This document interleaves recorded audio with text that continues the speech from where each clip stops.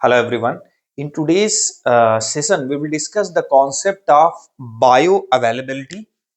The first concept we will discuss that is bioavailability, and the second we will discuss the bioequivalence. Right?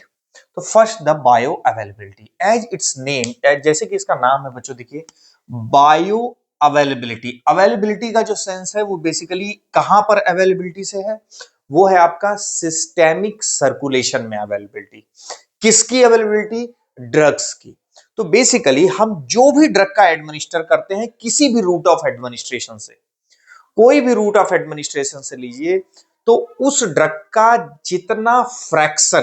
जितना drug का fraction आपने लिया administer किया और उसका जितना फ्रैक्शन बेसिकली आपकी कहां तक रीच होता है वो आपके रीच होता है बेसिकली ब्लड वेसल्स तक।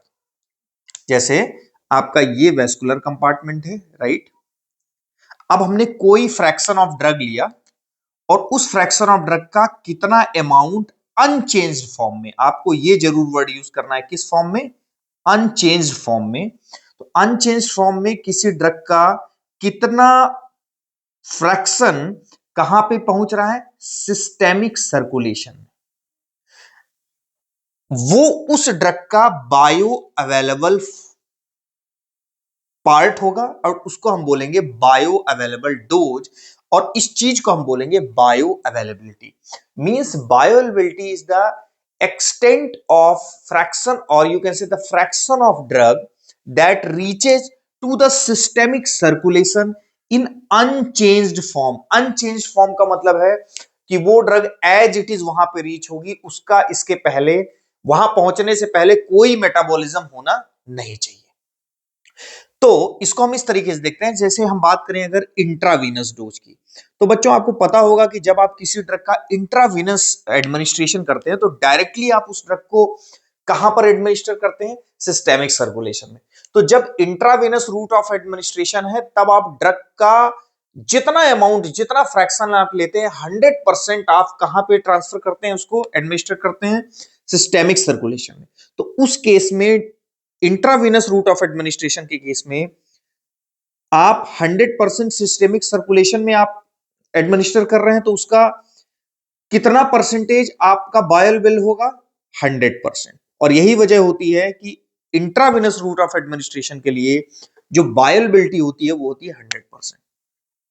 यही अगर हम फॉर एग्जांपल बात करें ओरल रूट ऑफ एडमिनिस्ट्रेशन से, तो ओरल रूट ऑफ एडमिनिस्ट्रेशन का जनरल एक डायग्राम यहां पे दिया हुआ है। ये आपका बेसिकली ये जो ब्लैक कलर से है this is your gastrointestinal tract. अब माउथ कैविटी से आपने वो ड्रग का क्या किया, इनटेक किया।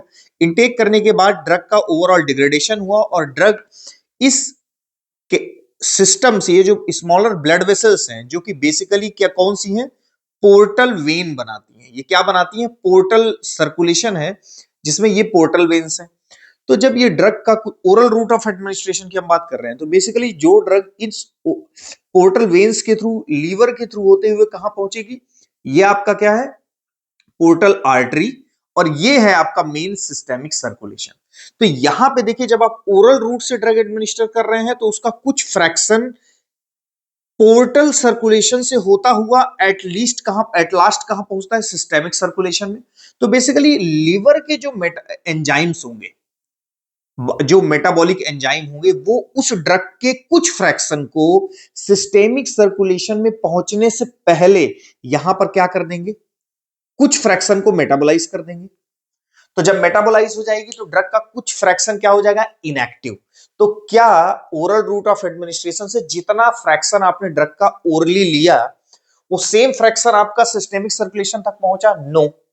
उसका सिस्टेमिक सर्कुलेशन में पहुंचने से पहले इस पोर्टल सर्कुलेशन में लीवर के जो मेटाबॉलिक एंजाइम थे वहां पे उन्होंने उसको मेटाबोलाइज कर दिया।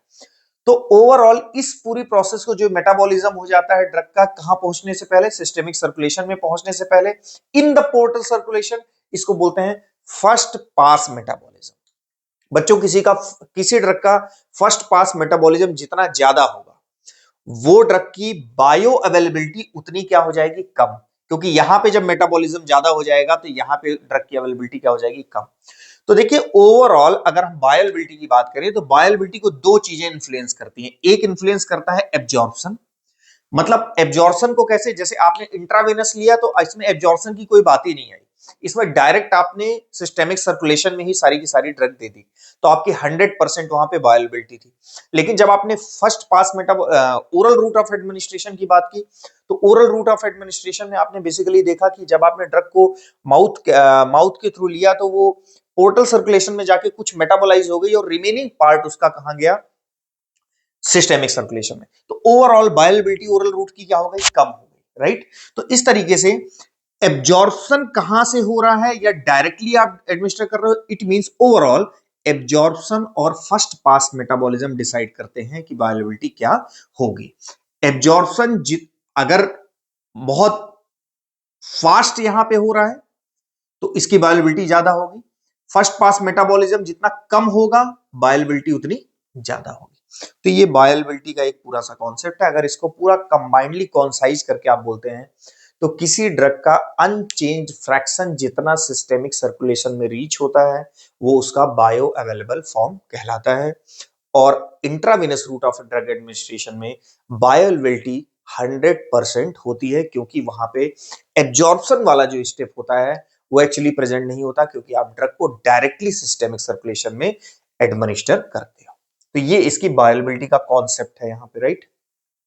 बायो इक्विवेलेंस, देखिए बायो इक्विवेलेंस टर्म जो आता है वो बेसिकली तब आता है जब आप दो ड्रग का बायो अवेलेबिलिटी का कंपैरिजन करते हैं। मींस दो ड्रग्स की बायोअवेलेबिलिटी का कंपैरिजन आप, तो उसमें बेसिकली देखते क्या है, देखिए सबसे पहले बायो इक्विवेलेंस अपने आप में कैसी स्टडी है, कंपैरिजन वाली स्टडी है, जिसमें आप बेसिकली किसका कंपैरिजन कर रहे हो, दो ड्रग्स का। अब दो ड्रग्स की बात कैसे आई, देखिए दो मैन्युफैक्चरिंग कंपनी है और दो मैन्युफैक्चरिंग कंपनी ने सपोज करिए क्या बनाई, फेनेटोइन बनाई।